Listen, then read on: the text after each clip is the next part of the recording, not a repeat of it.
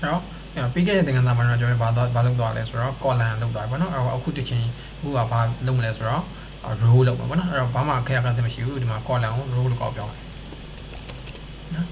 row lúc có biểu này con nó biểu đó nó cho nó to chỉ lại con nó welcome to co-op mà tụi anh sẽ biểu đó row là bạn này đủ lên sốခုနဟာလေသဘောတရားချင်းအတူတူပဲသူရဲ့ main axis alignment ဖြစ်တဲ့အတွက်သူရဲ့ main သဘောတရားကိုပါလဲဆိုတော့ဒီဘက်ကိုသူ့ရဲ့ direction ကဒီလိုမျိုးသွားတယ်နော်ဒီလိုမျိုးသွားတယ်ဒီလိုမျိုးသွားမှဆိုတော့သူ့ရဲ့ဘေးနားမှာ space ချရတွေကအစားပါလို့ဆိုတော့ဒီလိုမျိုးဘေးတိုက်ချရပါလိမ့်နော်သူ့ရဲ့ main axis alignment အဲ့တော့ cross axis ဆိုတာကသူ့ရဲ့ cross ဆိုတာဘေးသူ့ရဲ့ပြောင်းပြန်ပေါ့နော်သူ့ရဲ့သွားရလမ်းကြောင်းကဒီလိုမျိုးသွားနေတဲ့ဟာယူကျွန်တော် cross axis သွားပြီးတော့စီမံဆိုရင် cross axis နဲ့ပတ်သက်ပြီးတော့ direction တွေလာရတွေပြောင်းပါလိမ့်မယ်နော်အဲ့တော့ကျွန်တော်ဘာလုပ်မလဲဆိုတော့နော်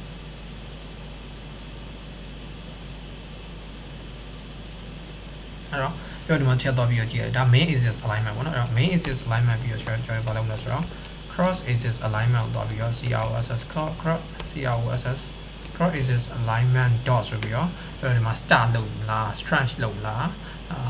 center လုပ်မလားပေါ့နော်အဲ့ကျွန်တော်တို့ကအခု cross axis alignment မှာဘာပဲရောက်နေလဲဆိုတော့ center ကိုရောက်နေတာcenter ကိုရောက်နေဆိုတော့ကျွန်တော် start မှာတော့ပြီးတော့ထားကြည့်အောင်နော် start မှာတော့ထားကြည့်အောင်ပြန်ကြည့်အောင်ဒီမှာ cross axis alignment မှာကျွန်တော်တို့ဘာလုပ်ထားလဲဆိုတော့ start လုပ်ထားတယ်နော် start လုပ်ထားတော့ကျွန်တော်ဒီမှာကဟိုဒီ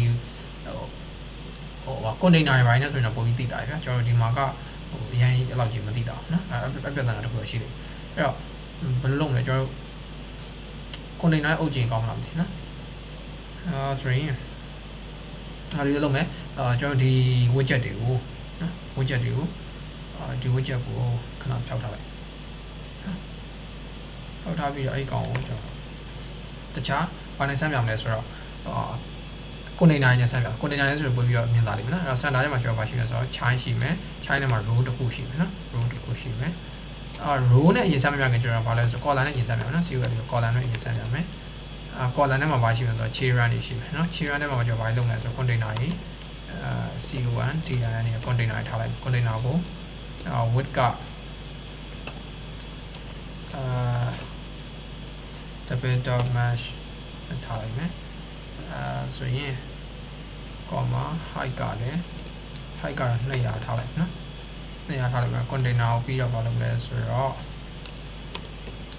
color ပါတက်ပြီးရတယ်ဆိုရင် COL က colors dot ထားလိုက်နော်အဲ့ဒါဆိုရင်ကျွန်တော်ချက်တော့ကြည့်အောင်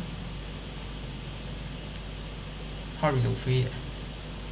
color တိုက်ရိုက်တက်ထည့်လို့ရတယ် sorry color COL colors dot ရတိုက်တက်ထည့်အဲ့ဒါတော့ကြည့်အောင်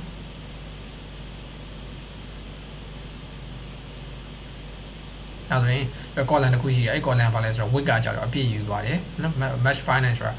match maximum အကုန်ယူသွားပြီပေါ့နော်နောက်က height ကကြောက်ရော200ပဲယူတယ်အဲ့လိုမျိုးကိုကျွန်တော်ဘာလုပ်မလဲဆိုတော့အဲ့လိုမျိုးကျွန်တော်ခုနကဒါ column နဲ့စီရပေါ့နော် column နဲ့စီရဆိုရင်ဒီကောင်ကို comma ခံပြီးတော့ column နဲ့စီရဖြစ်တဲ့သူ့အောက်ကိုဆက်ပြီးတော့ရောက်တယ်နော်ဆိုတော့ deep purple နေရာမှာLED blue ပေါ့ဗျာနောက်တစ်ခုကကြတော့ IT wrap ပေါ့ဗျာနောက်တစ်ခုကကြတော့ yellow sans တူပါရောင်းအဲ့ချက်တော့ကြည့်အောင်ဒီရောက်ကဒါမလွတ်တော့ဘူးနော်မလွတ်တော့ဆိုတော့အဲ့မလွတ်တော့တဲ့ကိစ္စကိုနောက်မှရှင်းပြမယ်မလွတ်တော့အောင်ကျွန်တော်ဖြည့်ကျွန်တော်ဖန်တီးလို့ရတဲ့နေရာရှိရနော်ဟုတ်ပြီအဲ့တော့ချက်တော့ကြည့်လိုက်အောင်တော့ကြည့်လိုက်အောင်ဒါဆို3ခုရသွားပြီပေါ့နော်3ခုရ3ခုရသွားပြီဆိုတော့အဲ့ဒီ3ခုကိုကျွန်တော်ဘယ်လိုလုပ်မလဲဆိုတော့ခုနကကျွန်တော် column နဲ့အရင်သွားကြည့်အောင် column နဲ့သူ main axis alignment က main sorry လုပ်ပြmain axis alignment main axis alignment dot space event လေးဆိုပြီးတစ်ချက်ရင်ကြည့်မယ်နော်တစ်ချက်ပြန်ပြမယ်နော်ပြီးရကျွန်တော် row နဲ့ပြန်ပြီးရှင်းပြမယ်ဒီမှာကျွန်တော်တို့မှာ space event လေးဖြစ်တဲ့အတွက်ဘေးတွေမှာကျွန်တော်ဘေးတွေမှာအမြင်နဲ့နေရပါတယ်ပေါ့နော် space event ကြီးဂျားတွေထဲမှာလည်းအကုန်လုံးထင်အချိုးကြပါတယ်နော်ကျွန်တော် start လုပ်လိုက်မယ် start လုပ်လိုက် and and နှိပ်လိုက်မယ်ဆိုရင်ဒီ3ခုလောက်ပဲရောက်တော့မယ်ဆိုတော့အောက်ဘက်ပဲရောက်တော့မယ်အပေါ်မှာနေရာလွတ်ချက်ခဲ့နော်နောက်က center ဆိုရင် C and D center ဆိုရင် 3လို့အလဲရောက်တော့မယ်အပေါ်နဲ့အောက်မှာနေရာချန်ခဲ့နောက်ကပြီးရပါလဲဆိုတော့ space around ဆိုရင်နော်ကျွန်တော်ဒီ ဘေးပတ်လည်းမှာဘာလုပ်မလဲဆိုတော့ဒီဘေးပတ်လည်းဆိုတော့ဒီ widget တခုချင်းစီရဲ့ဘေးလေးမှာ space ထားပါဘောနော် space around space ထားအဲ့တော့အဲဒီမှာကျတော့ဒီ AI ရဲ့နှစ်ဆပေါ့နော်ဒီဘေးနားကဥပမာဒီမှာ1ရှိရဆိုရင်ဒီကြားမှာ2ဖြစ်သွားဘာဖြစ်လဲဆိုတော့ဒီကောင်အတွက်ဘေးနာ space က1တခုယူရမယ်ဒီကောင်အတွက်ကလည်းဒီဘက်ချမ်းကိုလည်း1ယူရမယ်ဆိုတော့ပေါ့နော်ဒီအပြာရောင်အတွက်ကလည်းဒီဘက်ချမ်းမှာ1ယူရမယ်ဆိုတော့နှစ်ခုပေါင်းတော့2ဖြစ်သွားတယ်ပေါ့နော်အကြပုံမှန်ထက်2ဆဖြစ်သွားတယ်ပေါ့နော်အဲကြောင့်ဒီမှာခြားရ2ဆဖြစ်တယ်နော် space around ဆိုတာအဲ့လိုလုပ်တယ်နော်ဟုတ်ပြီကျွန်တော် cross axis alignment ပြမယ်ဆိုရင်ပြဿနာရှိတာကဘာလဲဆိုတော့ခုနကကျွန်တော်တို့ကအကုန်လုံးက site တွေအကြီးဆုံးဖြစ်နေဆိုတော့ဒီကောင်ကိုလည်းပြန်ပြလိုက်မယ်နော်ပြန်ပြမယ်ဆိုတော့ဒီကောင်ကိုကျွန်တော်က order shift ရွေးပြီးတော့အကုန်လုံးကို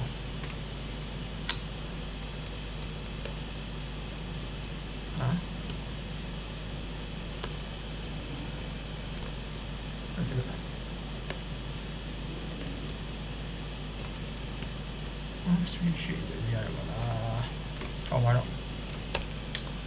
အားရကြောင်းတော့နော်အဲ့ဆိုတော့ကျွန်တော်200ပဲထားလိုက်200ပဲထားလိုက်နော်200ပဲထားလိုက် ID ကတခါရကြောင်းအဲ့ဒါ200ပဲထားလိုက်နော်200ပဲထားလိုက်တော့ဘာဖြစ်သွားလဲဆိုတော့ကြည့်အောင်ဒီလိုမျိုးဖြစ်သွားတယ်နော်အဲ့တော့ကျွန်တော်တို့ဘာလုပ်မလဲဆိုတော့အခုကတော့ main axis alignment ကတော့တည်ပြီပေါ့နော် main axis alignment ကိုတည်ပြီအဲ့တော့ကျွန်တော် cross axis alignment ကိုတွားရအောင်နော်ကျွန်တော်ဒီမှာ body ကိုဘာလို့လဲဆိုတော့ center ထားလို့ center ထားအဲ့ကောင်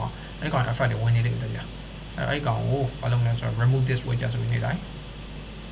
အဲ့တော့ကျွန်တော်အလဲမြောက်တော့နော်သူကဒီမှာ core line တစ်ခုလုံးသူကအလဲပို့မယ်လို့ခုနက widget ကပြင်ထားတာဖြစ်တယ်ဘာဖြစ်လဲဆိုတော့အကုန်လုံးအလဲရောက်တယ်နော်အဲ့တော့အခုကဘယ်ရောက်နေဆိုတော့အရှိဆုံးရောက်တယ်လေအမြဲတမ်းသူကတော့အရှိဆုံးပဲရောက်နေမှာပဲကျွန်တော်တို့ပြင်လိုက်မှသာဘာရောက်မှာလဲဆိုတော့ ဘေးဒီနောက်တွေရောက်မှာနော်ကျွန်တော်တို့ခုနကကျွန်တော်တို့ main axis alignment ဆိုတာသူ့ရဲ့ main axis မှာဒီလိုအပေါ်ဒီအောက်တွေကကြားမှာဘလို့ချားမယ်အပေါ်ထိတ်တက်ကမယ်ဘာတက်ကမယ်အခုကျတော့ cross axis alignment ဆိုတာကကျတော့ဒီ core line တစ်ခုလုံးကိုပေါ့နော် core line တစ်ခုလုံးကျွန်တော်တစ်ခုနဲ့အုပ်ပြမယ်နော် core line တစ်ခုလုံး core line ကိုကျတော့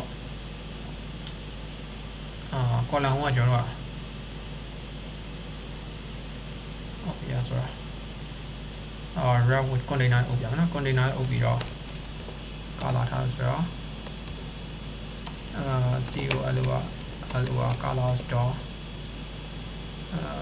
color store yellow ထားတယ်ဒါဆိုရင်ဒီမှာကြည့် corner တစ်ခုသာသူ့ရအောင်မှာပဲဖြစ်နေတယ်ဆိုတော့အဝါရောင်ကြီးဖြစ်နေနော်ကျွန်တော်အဲ့အဝါရောင်ပေါ်မှာပဲမူတည်ပြီးတော့အပေါ်ရွှေ့လိုက်အောက်ရွှေ့လိုက်လုပ်နေတာကကျွန်တော် main axis alignment အဲ့ဒီအဝါရောင်ကြီးကဒီအလဲကောင်ရွှေ့လာမယ်ဆိုရင်အဲ့ဘာလို့လဲဆိုတော့ cross axis alignment ရွှေ့သွားတာသူအနောက်ဆုံးရွှေ့သွားမယ်ဆိုတော့ဒါ cross axis alignment ရွှေ့တာနော်core line တစ်ခုလုံးကျွန်တော်ကအရှိအနောက်အလိုမျိုးရွှေ့သွားတာကိုကျတော့ cross axis လုပ်တယ်လို့ခေါ်တယ်အဲ့ core line အတွင်းထဲမှာကိုကျွန်တော်အပေါ်ဒီသူ့ထဲမှာရှိတဲ့ element တွေကelement ရဲ့ဂျားမှာခြားတာလို့အဲ့ element တွေဟိုထိတ်တက်ကန်နေတာကြီးကြတယ်ဘာလို့ခေါ်လဲဆိုတော့ main axis လို့ခေါ်တယ်ဘာလို့လဲဆိုသူ့ရဲ့သဘောတရားကိုဒီ core line ကြီးကသူ့ရဲ့ main အဲ့ဒီ main ထဲမှာပြောင်းနေတယ်နော်အဲ့နှစ်ခုကမှတ်ရတာခက်နေလိမ့်မယ်ဟိုလုံးနေတော့တည်သွားလိမ့်မယ်အစားပိုင်းလေးပဲမျက်စိလေနော်သဘောတရားကိုမှတ်ထားလိုက် core line ဆိုရင်သူ့ရဲ့ core line သဘောတရားအတိုင်းက main နော်ဖြောင်းပြန်သဘောတရားက cross အဲ့တော့ main ကိုကျွန်တော်စီးမယ်ဆိုရင်အဲ့ဒီသူရှိနေတဲ့ core line အတွင်းထဲမှာပဲလှည့်ပတ်ပြီးလုပ်နေမှာ cross ဆိုရင်တော့သူရှိနေတဲ့အရာကြီးကိုအဲ့ core line တစ်ခုလုံးရွှေ့ပါနော်နားလေနေမှထင်တယ်အဲ့တော့ကျွန်တော် cross axis လို့ရှိလိုက် cross axis alignment CROSS cross axis alignment dot ဆိုပြီးတော့ကျွန်တော်အခုအရှိဆုံးရောက်နေတာဖြစ်တယ်ကျွန်တော်တို့အဲ့ဒါကို and လို့ရှိလိုက်နော် and လို့ရှိလိုက်ပြီးတော့ချက်ကြည့်လိုက် cross axis alignment dot and ကဘာလို့နောက်ရောက်လာတယ်မသိနော်cross axis alignment dot and ကအလုံးလို့ဆိုကျွန်တော် strange နဲ့သွားယူပါဒီHG strange နဲ့သွားယူနော်strange နဲ့ကြတော့နောက်ဆုံးရောက်တယ် and ကဘာလို့မရောက်တာလဲဆိုတော့ကျွန်တော်ချက်စဉ်းစားပါနော်ဒီမှာဆိုရင် strange ကဘာလို့လဲဆိုတော့ဆွဲဆန်းပြတာဘာလို့ဆွဲဆန်းပြတာလဲဆိုတော့သူရှိနေတဲ့ core line တစ်ခုလုံးဘာလို့လဲဆိုတော့ဆွဲဆန်းပြလိုက်တာနော်သူ့ကိုဆွဲဆန်းပြလိုက်တော့ဘာကြီးပါလာတယ်ဆိုတော့အထက်ထဲမှာရှိတဲ့ container လေးတစ်ခုချင်းစီရပါဘာကြီးဖြစ်လာလဲဆိုတော့ဆွဲဆန်းလိုက်သူဖြစ်သွားတာပေါ့နော်အတွင်းမှာရှိတဲ့ကောင်ကဆွဲဆန်းသူဖြစ်သွားတယ်နော်ချက်ကြည့်လိုက်နော်ရမှာတယ်โอเคအဲ့တော့ဒီ and ကဘာဖြစ်လို့လုပ်တာနော်သဘောတရားကြောင့်မေ့တယ် sorry အဲ့တော့ center ကတော့သိကြတယ် center ကတော့အလဲပို့ပါ cross axis alignment dot center cross axis alignment dot center container ဒီကောင်လေးရဲ့ width ကို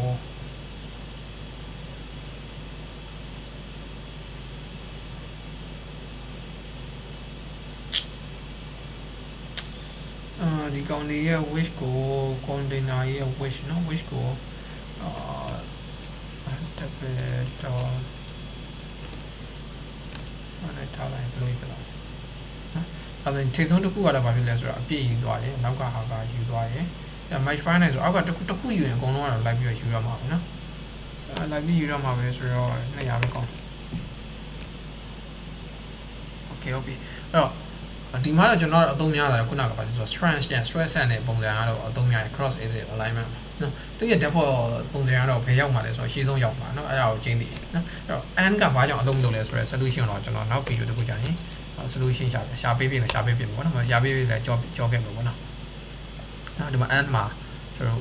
အလုံးလုပ်ဖြစ်တယ်အဲ့တော့ and ကဘာလို့အလုံးလုပ်လဲဆိုတော့ကျွန်တော်စဉ်းစားကြည့်ရမှာဆိုရင်ဒီ container ပေါ့နော် container ကသူ့ရဲ့ရှိတဲ့လောက်ပဲယူတာဆိုတော့ container ရဲ့ width ကို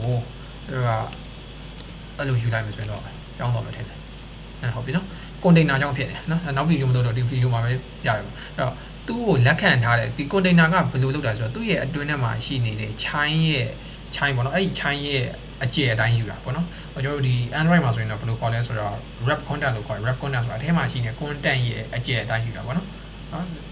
WRAP wrap content နော် wrap content ကကျွန်တော်တို့ကြားပါလေ HTML မှာဆိုရင်ကျွန်တော်တို့ပါလေinline နော် inline နဲ့တူရနော် inline style နဲ့တူရနော်ကျွန်တော် display type မှာလေdisplay type မှာ inline နဲ့တူရနော်အဲ့တော့ဟုတ်ပြီကျွန်တော်ဒီမှာကျတော့ဘာလို့ခေါ်ဆိုတော့ wrap content နော် wrap content အဲ့မှာ container ရဲ့ဘယ်လိုယူသွားလဲဆိုတော့container သူ့ကိုလက်ခံထားတဲ့ container ရဲ့အကျယ်ရဲ့ container ထဲမှာသူကပြောင်းလဲသွားမှာဒီအထဲမှာရှိတဲ့ကောင်းကြီးနော်အဲ့တော့ကျွန်တော် container ခံထားတာပေါ့နော်အဲ့တော့အဲ့ဆိုရင်ဒီမှာခုဆိုရင်ကျွန်တော်အလုပ်လုပ်သွားတယ်ဆိုတော့ဒီမှာ center ဆိုပြီးတော့ထားလိုက်ပြောင်းမယ်ဆိုတော့လဲရောက်နော် okay ဟုတ်ပြီအဲ့တော့ဘာရှုံးလဲဆိုတော့ချက်ကြည့်တာနော်ဘာမှမရှိဘူးပေါ့အဲ့ဆိုတော့baseline ဆိုတာကကြောင့်တစ်ခုနဲ့တစ်ခုနဲ့မညီတာလို့ပါလို့ဆိုရင် base တွေပြန်ကြည့်ရပြန်ပြီးတော့ညှိရပါတော့start ဆိုရင်တော့ရှေ့ဆုံးရောက်မယ် start ဆိုရင်တော့ရှေ့ဆုံးရောက်မယ် okay နောက်ကခုနကကျွန်တော်တို့ STREN ဒီ strength ဆိုရင်တော့ဘယ်ရောက်လဲဆိုတော့အပြည့်ပဲပေါ့နော်သူရဲ့ container ကို container ရှိတဲ့လောက်ကိုမလုပ်မယ်ဆိုတော့ဆွဲပြီးတော့ဆွဲဆန်းပြလိုက်ပါနော်ရောက်မယ်ထင်တယ်အဲ့ဒါအခုဒီသင်္ကန်းမှာကျွန်တော်ဘာကြောင့်ပြပြလဲဆိုတော့row ကြောင့်တကယ်တော့ row ကြောင့်ပြပြနော်အဲ့ဒါ video ကရက်လို့မရသေးဘူးဘာလို့ရမလဲဆိုတော့ကျွန်တော်တို့sorry ကျွန်တော် row ပြန်ပြောင်းပြပြအောင်နော် row ပြန်ပြောင်းပြပြဒီလိုဖြစ်ကုန်နော်ဒီလိုဖြစ်ကုန်ပြီဆိုတော့ row မှာကဒီအကျယ်ကြီးကကျွန်တော်တို့ဟွာမရှိဘူးဒီလိုကျဲသွားရင်တော့အဆင်ပြေနော် okay ကျွန်တော်ဒီမှာနော်ဟို screen ကျင်းသွားတယ်ဆိုတော့ခုနကသူက200မလောက်ဘူးဆိုတော့ဒီဘေးနာဒီလိုမျိုးတွေerror တက်လာလိမ့်မယ်နော်ဘေးနာမလိုအပ်တဲ့အခြေအနေမှန်တဲ့အခြေအနေပေါ်လာလိမ့်မယ်နော်အဲ့တော့ဒီမှာ screen ကိုချက်ပြီးတော့အရင်ဆုံးအဲ့ပြဿနာကြီးဖြေရှင်းထားလိုက်နော်ဟုတ်ပြီဒါဆိုတော့ကျွန်တော်ဒီမှာဒီကောင်ကျတော့အခု row အနေနဲ့တည်ရှိတာ row နဲ့တည်ရှိတာဆိုတော့ခုနကဆွဲဆန်တာကြီးရပြီဒီလိုမျိုးကြီးဆွဲဆန်တာနဲ့အခုဘယ်လိုဖြစ်သွားလဲဒီလိုမျိုးကြီးဆွဲဆန်တာဖြစ်သွားနော် row ဆိုတော့row တွေကိုကျွန်တော်တို့က space တွေချတာနော်ကျွန်တော်တို့ဒီမှာ row ကိုspace around main axis alignment ကို space around ထားတာ row ဆိုတော့ start ထားလိုက်တယ်ဆိုရင်ဘယ်ရောက်လဲဆိုဒီအရှိရောက်ပါနော် row မှာလေဒီလို row ကြီးတစ်ခုလုံးမှာရောက်သွားမယ်သူရဲ့အကုန်လုံးကိုကြာဘယ်လိုလဲဆိုတော့ဒီမျိုးဆွဲပြီးတော့ဆန်ပြလိုက်တယ်ရမယ်နော်အဲ့တော့အခုဒီ video သင်ခန်းစာကျွန်တော် row နဲ့ column နဲ့အကြောင်း row ကြောင့်အဓိက row ကြောင့်ပြောတာ row ကြောင့်ပြောရင်လည်း exam နောက်တဲ့နှစ်ခုနဲ့ကျွန်တော်ထပ်ပြီးတော့စမ်းပြခဲ့ရနော်အဲ့တော့ဒီ video ကတော့ပါမယ်နော်